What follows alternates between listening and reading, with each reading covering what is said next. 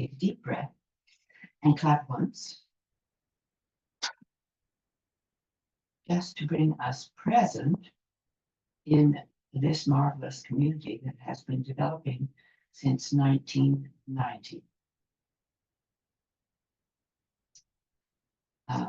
Eastwest Somatics, for those of you who might be new or tuning in, brings together processes, techniques, values from both the East and the West.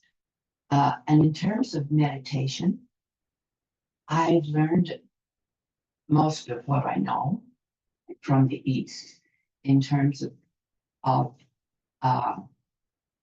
relating it to the West. I've learned most of what I know from phenomenology, which is a Western stream of philosophy very close to the East, because it doesn't separate body, mind, object, subject. It's a holistic philosophy, and it has a lot to say about emptiness. Buddhism, of course, sees everything coming and going all the time and through an empty space that we might call Ma. Christine Melrose wrote about Ma and Japanese and Chinese cosmology in terms of Ma in her chapter in one of our books, I think, Phenomenologies of the Body in Performance.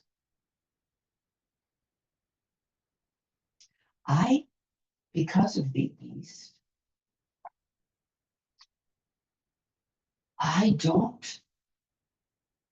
you'll be surprised, I don't generally use the word mindfulness in terms of meditation, because that is an adaptation of the West.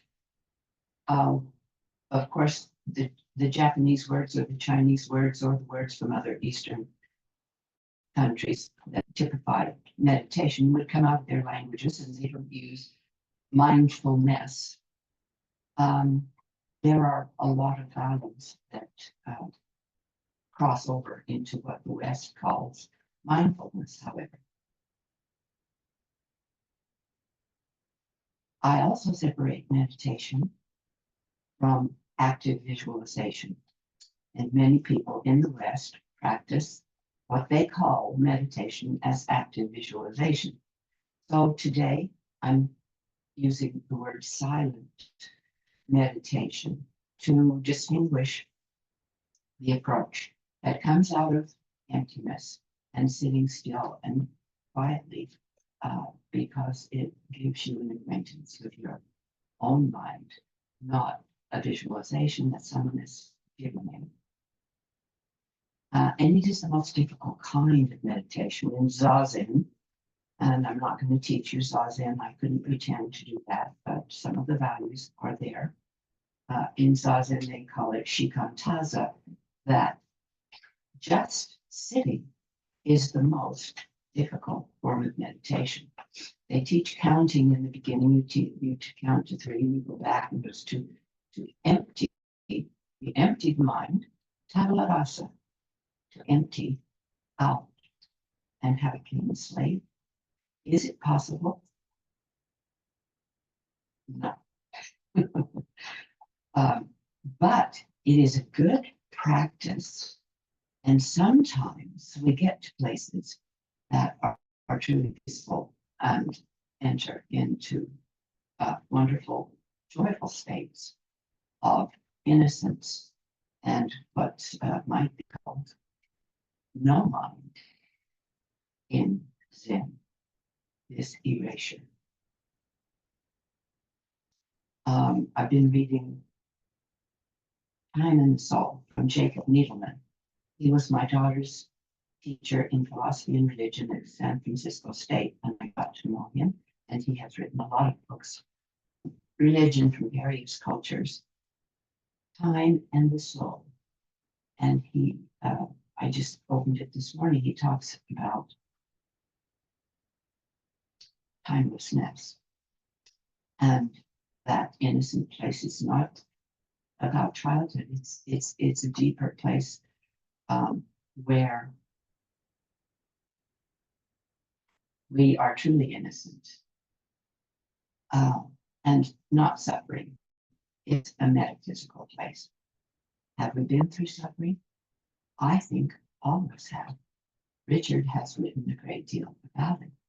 And I've asked him to do trauma-informed somatics for us in our work before.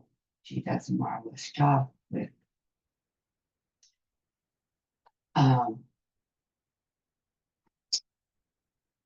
I like Needleman's of moving outside of time, not inside of the time, the linear time that we venerate so much because of how we live our lives in vast times of needing to accomplish things. To be able to let go of time. Einstein says time is not linear. Time is space, and space is time, and space is curved. So time is curved then. What if it's really curved and we could consider that curved? It means that it's probably, in my mind, it's probably a spiral. It's a circle, and it's a spiral, and it's maybe a snake. It's part of us, and we can find it. The snake sheds its skin. The snake is the deepest feminine image. If you study Jungian psychology, you will encounter the meaning of the serpent. The deep feminine sheds her skin, their skin, to renew, always renewing. The feminine is about that. And men have it as well as women.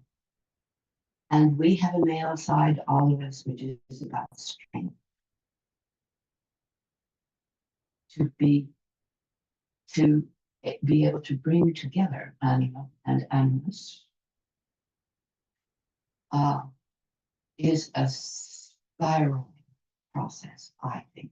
So to prepare for silent meditation today, I'd like to take you through a process that is an interesting spiral, and just to help move you out of your habits and move me out of my onward moving habits. Always they're out there in front of me, but I just draw them inside.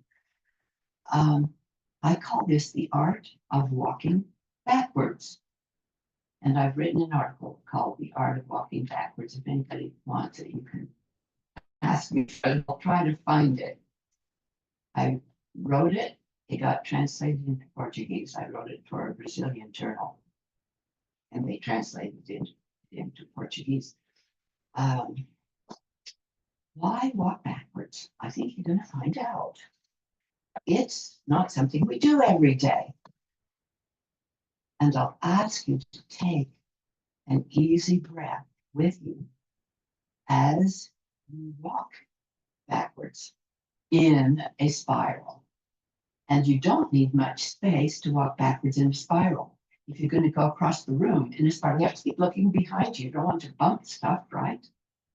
But if you survey a small space near your computer where you can still hear my voice, you can walk backwards in that small spiral, and you can see where everything is around you. You can know that you're safe as you're walking backwards in the spiral. And let's practice this breath to take into the spiral before we do the spiral. It's okay. You can stand up and you can hear me, or sit down, and then we'll do a little bit of walking backwards. Good. It's only 11:16. We still got time. Would you breathe with me, please, through your nose. Just whatever breath comes to you. If you want to close your eyes, breathe through your nose. Let your breath calm down.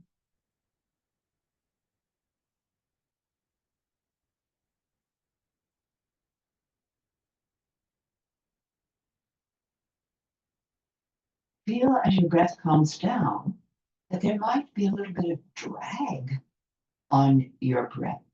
There's just a little what a squeeze that happens as you slow the breath down. Let the breath stretch, make it a little longer. Take a little deeper breath and a little more complete exhalation.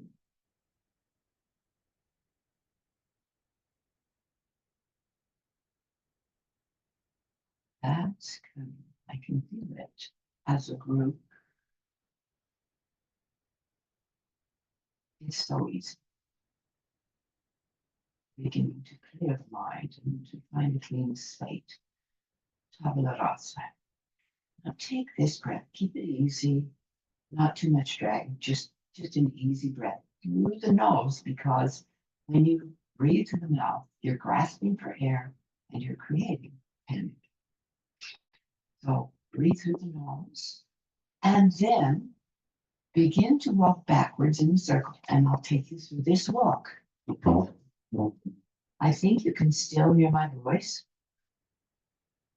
I'll speak up just a little because I'm walking backwards too. Okay.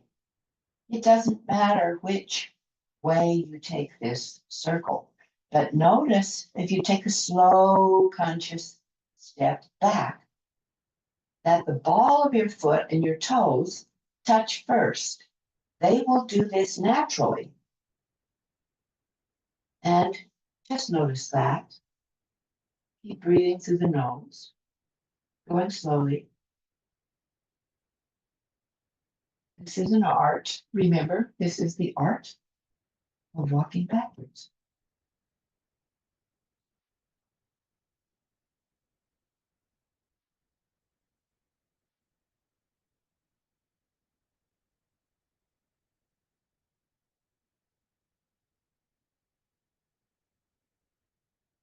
The toes, the ball of the foot touch, and then the heel. Just to notice that, that's all we need to do, is notice how the foot is moving in this backward walk. And you can relax the shoulders, relax into your breath.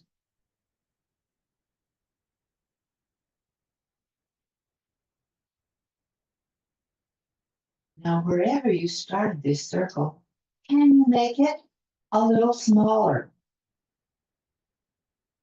That, of course, means you'll be spiraling closer to just finally the center and walking around yourself. Breathe easily as you go. Nothing to do, nowhere to go. Walking backwards.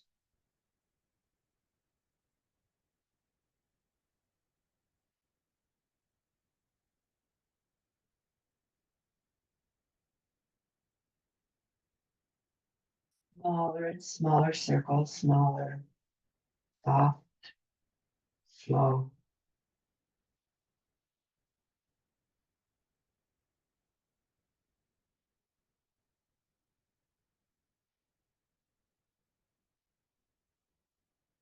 Finally, you'll just be walking in place.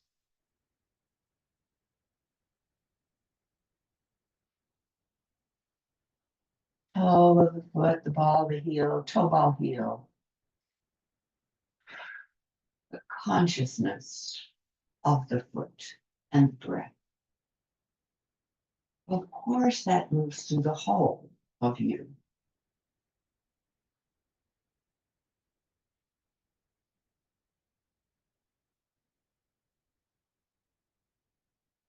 Now, when you're ready, Reverse that spiral and start very slowly to walk forward. Let the foot touch the floor as it wants to. Maybe the heel will come first, maybe the toes, it doesn't matter. Just walk forward and walk toward your place on the Zoom in the square. We all have a place here.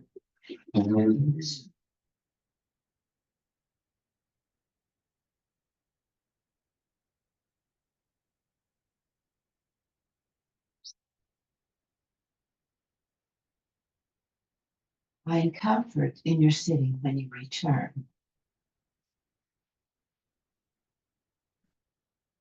And I could invite you to sit on the floor and cross your legs, but I invite you to do sitting meditation rather today. But if you would like to sit on the floor and you're used to that, would like to sit cross-legged on the floor, that's of course an option. That's your choice.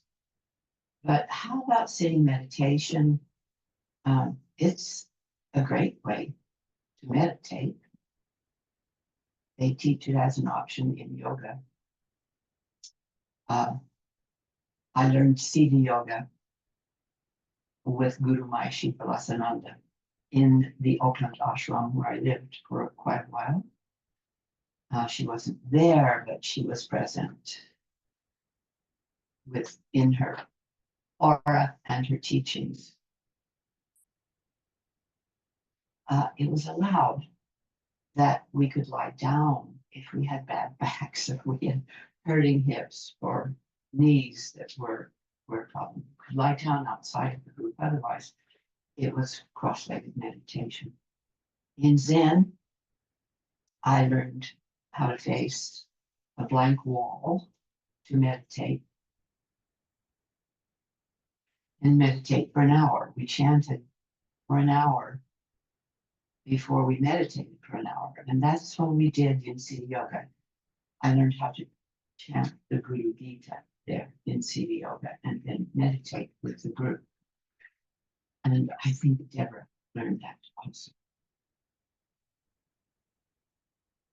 There are various ways to prepare for meditation. I like walking backwards. And I like using the voice. Voice is sound. Sound is breath. And it's music. And it's waveforms. And it's dance. We're all dancers. We're all singers. Now to prepare the breath so that I'll use a Western technique more akin to singing. I'm 85. I've done things in life. I had my minor was music. I eventually finished the double major in music composition. But my undergrad, I finished up with voice because it's what was available and I had to finish quickly. So I do a lot of interesting things about sound that help me in meditation and studying these voice classes. Vowel sounds open the chest and move down into the belly, and singers learn them. A, E, I, O, U, and it's so nice. What do you say with me? A, E, I, O, U. Here we go. A, E, I, O, U. Read in. A, E, I, O, U. Now, we do this as a little chant. Breathe in. A, E, I, O, U. Breath out at the end. Breathe in. A, E, I, O, U. Breathe in. A, E, I, O, U. Any tone. Breathe in.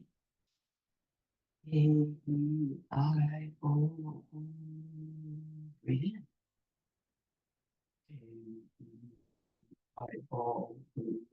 doing very well this morning, but that's okay. I need to read them more.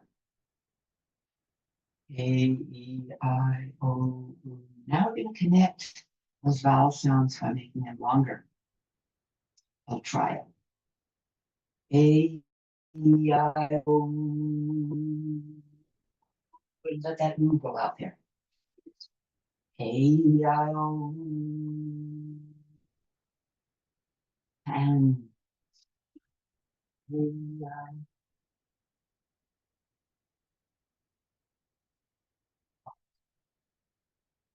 Won't be able to do this unless you let it come from the belly, but you shake up your belly to look that. Oh, low belly. That breath, powerful breath.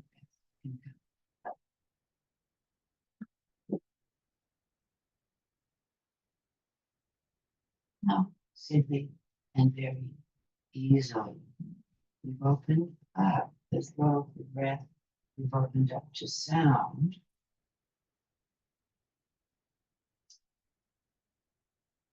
Ah, into mm. So we just have ah, and let the mouth close at the end. If it were Japan, it would be an N. We would close with an N. But we'll be in India and we'll close.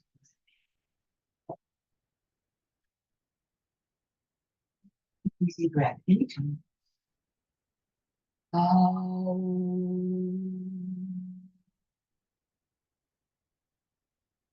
At the M, go down to your belly. The ah stays up in the head.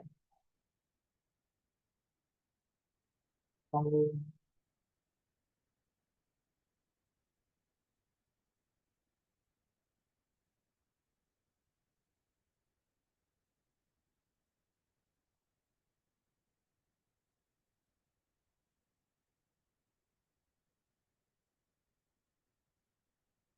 Take a low tone. I'm going to turn off my mic so you don't follow me. Find your own low tone.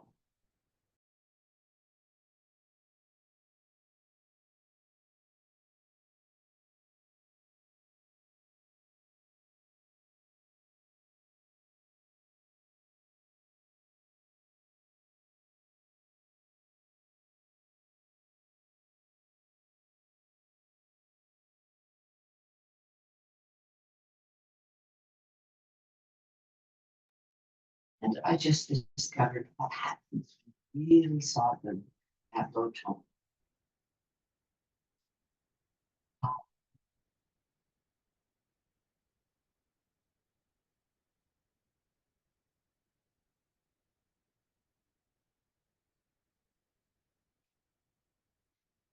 Trouble.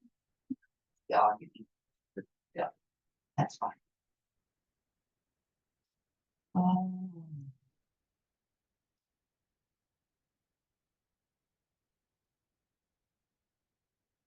couple on your own.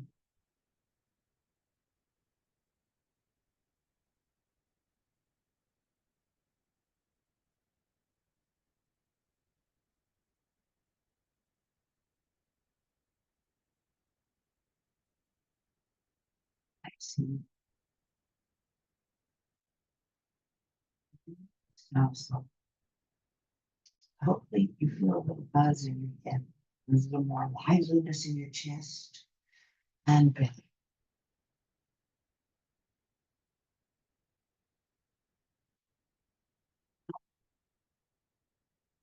To consider the Alexander technique and whispered awe, which is very,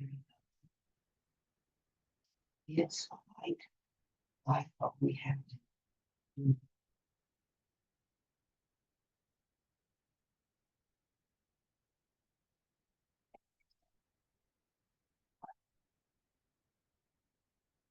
There's a restraint on the breath. It's that kind of thing, but it's very subtle. Right?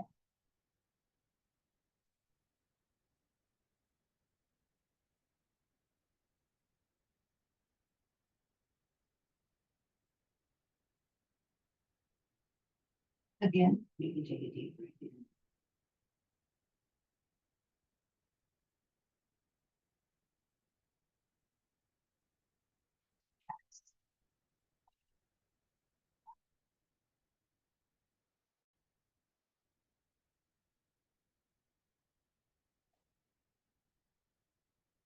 We do that, going in and going out.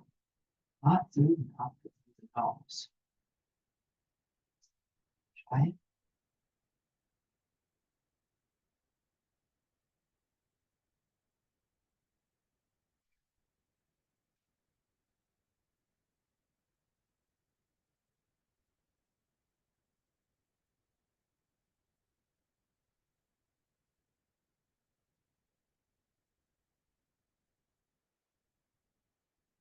Darth Vader was just called.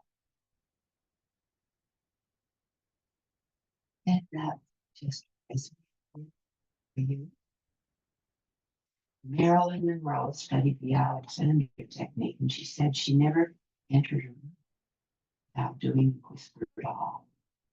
That was this sweetly parted moon, and just went on.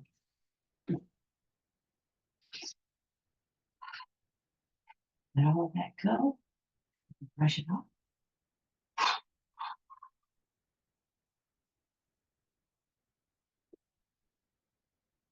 If I've been talking a little nonsense, it's been on purpose, just to release the mind and forward momentum. Moshe felt in Christ liked to tell jokes when people were resting in his somatics classes. He thought that laughter was very to well-being. I actually think the Buddhas knew a lot about laughter. See, the Buddha belly a lot representative, and the Buddha's laughing.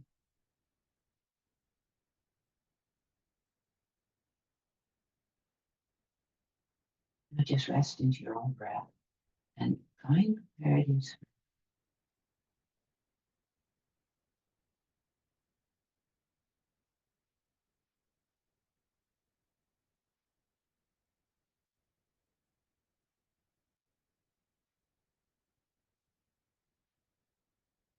Breathing easily through your nose. Close your eyes.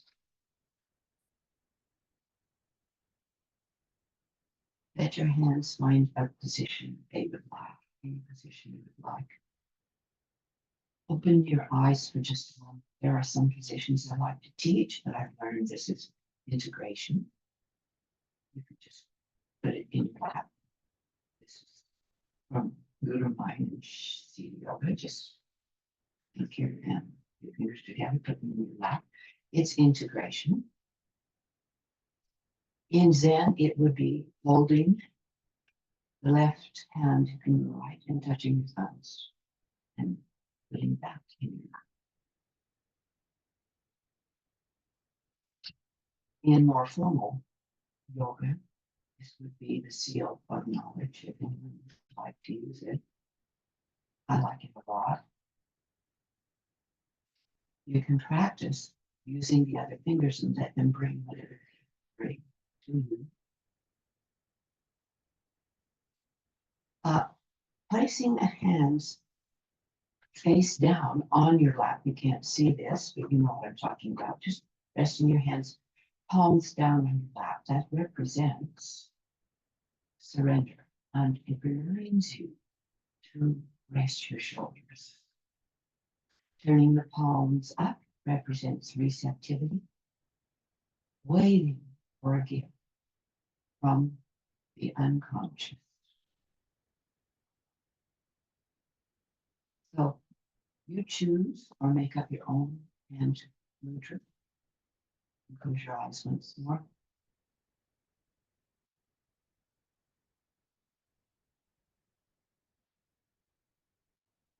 Rest into your breath. Find a symmetrical sitting position.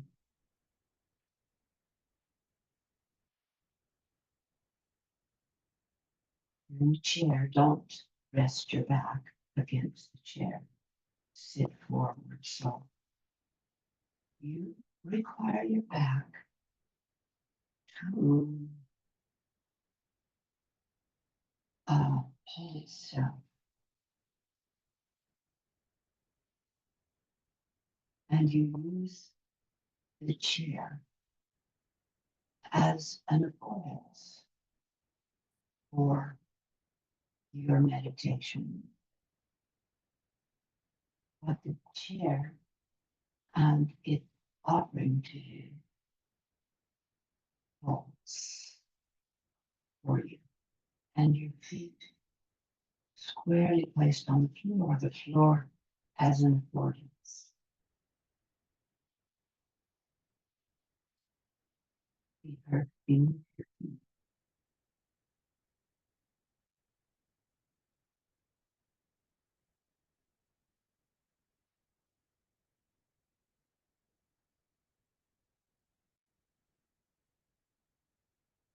Verify your breath. Let it be easy. Let your breath flow. And if you would like to stretch the breath or make it a little bit longer, now and again, to remind yourself of keeping it easy, keeping it strong, and renew your breath. If you want to do that, and it helps you do that, if you're comfortable, you find yourself slipping into a deep quiet and innocent place, please let that happen. If your mind is busy, well, that would not be unusual. It's not easy to let thoughts go.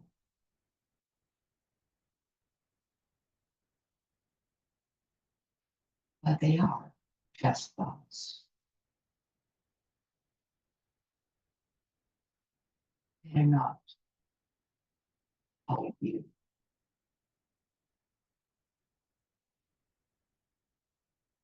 Thoughts are just thoughts. Stray, they polish the mind and pass.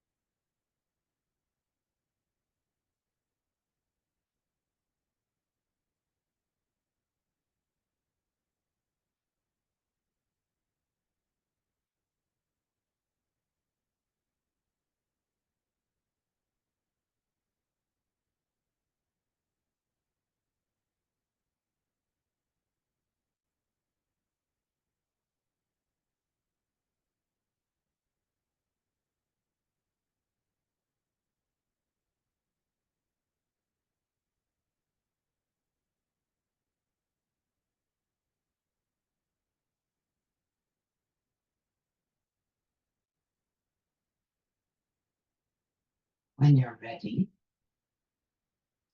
please open your eyes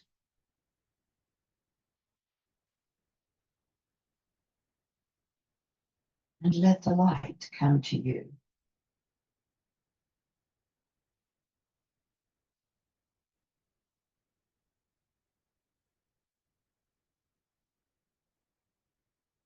I've left us 15 minutes for reflections, questions, conversation.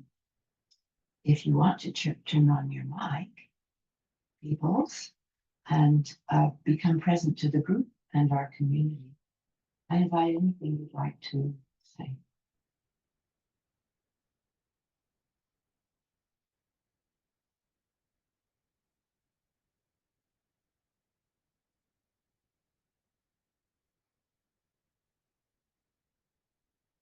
One of my questions is always for people, what does the silence bring? Yes, please, Deanna. Meditating in the group was easier for me than when I meditate alone. I felt by the group.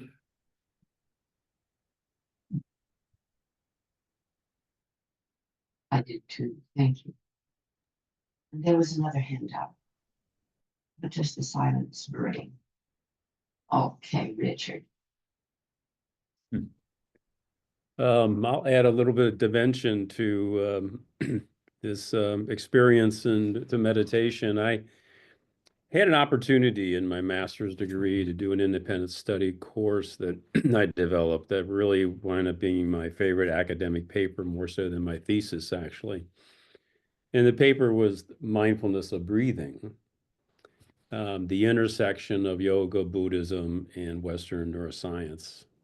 And I went down that path because I had found that my experience within yoga, as opposed to mindfulness meditation, seated meditation, there were profound differences between my experience, uh, cognitively, emotionally, energetically, and it made me curious.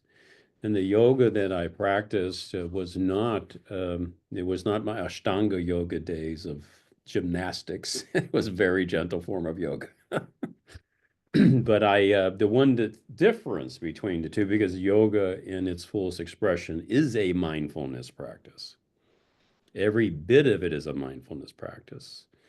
But the distinct difference between seated meditation, traditional Buddhist meditation, and if we accept the canonical text on that, is one is not to alter the breath. One is, in fact, the expression is bear attention to the breath. Bear attention, no regulation, no adjustment, no change. Yoga, pranayama, is absolutely about regulating breath. And so I really focused on pace breathing or regulated breathing as kind of the key difference between the two. Now, truth be told, in Zen, there is a study I found that in Zen Buddhist practitioners, actually their breath cycle slows to around that 6 breaths per minute, and that is the sweet spot. It is 5 to 6 breaths per minute. And it optimizes something called heart rate variability, which then also creates a cognitive resonance. And that's what I was experiencing in yoga. And HeartMath Institute has used technology now for 30 some years of using pace breathing and heart-centered breathing as a modality. And I had a chance to listen to a radio talk show yesterday where Roland McCready, who is one of the key leaders in HeartMath, talked about his experience in meditation, and that the nothing compared to when he moved to regulated breathing. So I just kind of offer that as as a perspective, and so I take the approach of being playful with these things. And my conclusion in that study the independent study was there were contemporary Buddhist teachers that were teaching pace breathing and even used the terminology pranayama. In fact, I found a clip of the Dalai Lama doing this elaborate movements and then breathing in and breathing. He was doing alternate nasal breathing. So breath regulation has been an inherent part, in my view, in meditative practice. So I just offer that as another perspective that one can provide bare attention to breath, but one can also experience regulation of breath and just note if there's any difference. I found a distinct difference in my personal experience, validated what HeartMath has been saying, that regulating breath regulates heart, regulating heart regulates consciousness. So Thank you for that perspective, Richard. Very. My first encounter with Zen was at the Zen Center in Rochester, New York, with Roshi Kapleau. And his meditation classes were preceded with yoga. He had a yoga teacher there teaching us yoga before meditation. So I kind of learned an integration of those two from the beginning. When I studied Zen in Japan, it depended on the temple or the center or the Zendo where I was, and it was a little bit different in Nara than it was in Tokyo. But there is a consistency in this emptying out of the mind, and getting toward mind. What other questions or perspectives do you have? Please, Christina. I just really enjoyed, just thanks for the comments so far. And I agree with what's been shared. So I appreciate Deanna's comment, Richard's comment. And I really enjoyed the walking backwards. I thought that was a beautifully conducted experience and felt so new to me today. And it could be that we're in concert, or it could be the way you guided it, Sondra, but it was just very lovely and a really nice preparation. And I'm slow, so I only had a few steps forward, but they were enough to shift in. And I also wanted to piggyback on this idea of the heart rate and heart pace, because it is helpful to have that biometric information to qualify what we're doing and support it to science, because science comes from the other side, of course. So my daughter is a neuroscientist working with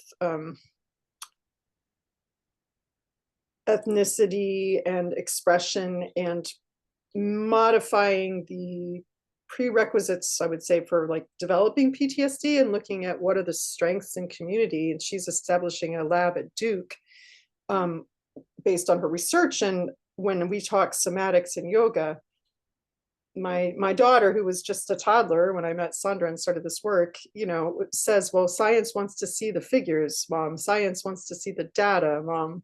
And I love that, because we know that all these breathing modalities have many values, and that we can be playful and we can find different ways in to touch the breath and the consciousness, but also remembering like the heart regulation and knowing that we have, if we should need it, that we have like hard data available for us.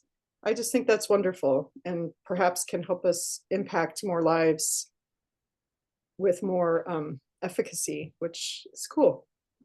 Thank you, Christina. Wow, what a collection of wonderful teachers we have here. I look at your faces and I know how much you will be offering, many of you even through the virtual studio, but that you offer your students already. This thing of going backwards, I did want to say one more thing about it. And I was inspired to do that because of reading and writing about the confluences of phenomenology, Zen, and, well, phenomenology and Zen, and somatics. And I came across this Zen practice, was way back, called taking a step backward.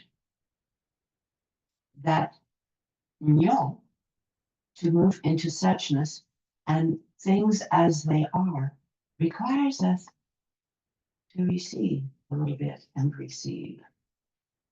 Not always being in our forward body. It's called take a step back. It's so simple. I need that. I always picking up things I need because I'm like Denise. She told me she was willful once. I said, yes, I'm willful too, so I know about that. And so I have needed to practice taking a step back a lot. Other perceptions you would like to share? We still have 6 minutes here. May I speak?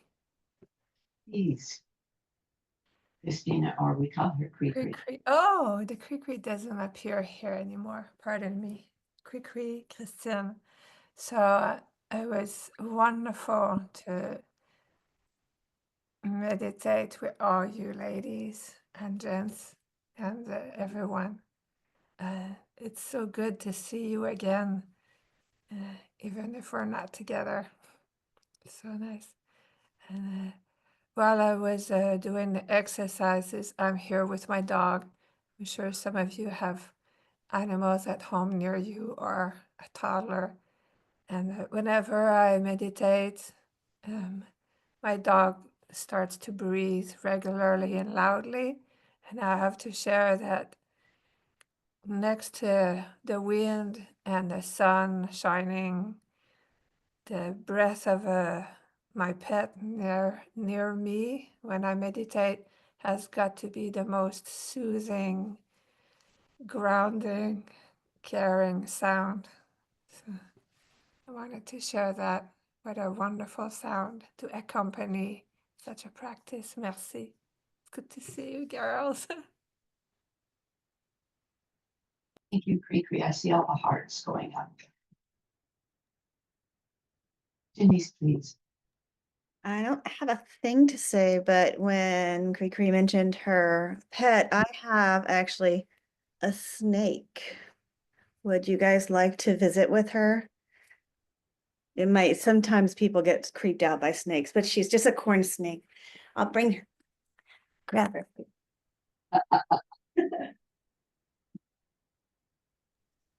We'll be in Year of the Snake with the Lunar New Year. Yeah. Yeah. I'm excited. The wooden snake. The What's first that? I ever had was a snake when I was 2. It actually slept in my crib. My mother had a cow because my dad put it in the crib with me, but whatever. Oh, Denise. Ooh, beautiful. He sometimes dances with me, right? We'll dance together. And the thing I love about snakes is they're so adaptable. Like no matter what you send to her, she'll just go wherever she wants to go and adjust. What a trip. What kind is she? She's a corn snake. She's a corn snake. She comes out when I teach yoga from home sometimes.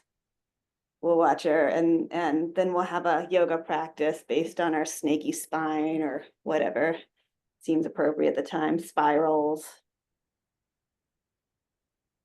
Yeah. Well, we have a couple of minutes left. I would like to encourage those of you who are graduates and teachers of Eastwest.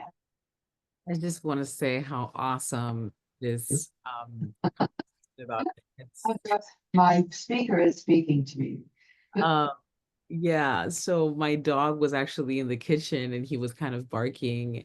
And while I was meditating, so I went to get him to bring him to the room, and he's totally chilling now, just quiet. So just wanted to kind of testify the mention of Cree and also Denise with the pets and the breathing. And I think more also I want to share that my nervous system released so much during this session. It was such a I had to look at the time. I was like, wait, 45 minutes?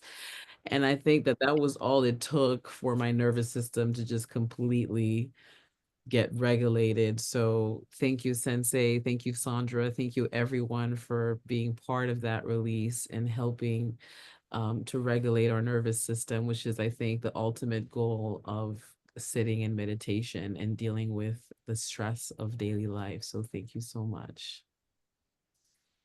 Thank you. Thank you for calling me Sensei. It takes me to Japan. I did get called Sensei there. It was a surprise. It just means teacher, but to be recognized as a teacher in Japan. Very nice. When I was there with my husband, they called me Mrs. Sondra, and they called him, oh, great Sensei. When I went by myself, they called me Sondra Sensei. Thank you for the sensei. I would like to encourage all of you senseis who feel that you have something to offer in the virtual studio to just drop Alexandra and me a note, and we will send you a questionnaire. It's very short, and see if that opportunity is right for you, and invite you to teach if you want to. So please drop us a line. And stay connected. You will see the virtual studio events on the events list of the website. If you haven't been there, the virtual studio events are starting to pop up already. Lonnie is teaching Bhutto, and we're so grateful for her talents and her experience in that direction. And she's teaching Bhutto through somatic principles, which is very special. And Deborah is teaching land to water yoga. Pretty soon, Christine will be teaching yoga for certification through ISMETA, not ISMETA. Sondra, get your organization straight, through Yoga Alliance and us. Like to say that we are preparing our February 8th conference, Expanding Education Through Somatics. Denise is one of the leaders of that. She and I are putting a program together right now. And Natalie Gion is going to present something called, what is it called, Natty? The Creole body has a revolution, the Creole body, focusing on the Creole body, the body of the people, Creole. So, using her background in Haiti, New Orleans, Miami, Brooklyn, her life experience. So excited for what she brings to us all the time. All of you, thank you for what you contribute immensely to our community, and let's stay connected. Take a deep breath and clap once. And if Rosanna could stay.